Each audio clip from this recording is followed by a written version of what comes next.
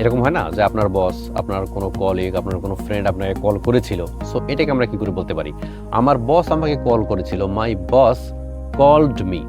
আমার বস আমাকে কল করেছিল। এখন যদি এরকম হয় যে আপনার কোনো একটা কলিগ আপনাকে কল করেছিল গতকালকে, my colleague called me yesterday.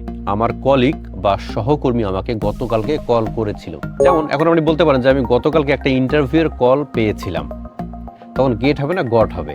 I got a interview call yesterday. আমি গতকালকে একটি ইন্টারভিউয়ের কল করেছিলাম, অর্থাৎ আমি আগের একটা চাকরির জন্য অ্যাপ্লাই করেছিলাম বিভিন্ন জায়গায়, সেখান থেকে আমি একটা কল পেয়েছিলাম, অর্থাৎ একটা কল আমি রিসিভ করেছিলাম যে আমাকে ইন্টারভিউ যেতে হবে। সো আপনি দেখেন এভাবে আপনি নতুন করে আরও 2-4-5টাকে তৈরি করতে হবে যেন আপনার বেশি করে মেমোরাইজ হয়। আজকের ভিডিওটি এই পর্যন্তই। যারা আমাদের ভিডিওগুলো নিয়মিত দেখেন তারা অবশ্যই অসংখ্য ধন্যবাদ তাদেরকে আমরা জানাই, এবং যারা ফেসবুক থেকে দেখছেন অবশ্যই তো ফলো করে দিয়ে রাখবেন, এবং যারা ইউটিউব থেকে দেখছেন অবশ্যই সাবস্ক্রাইব করে দিয়ে রাখবেন যেন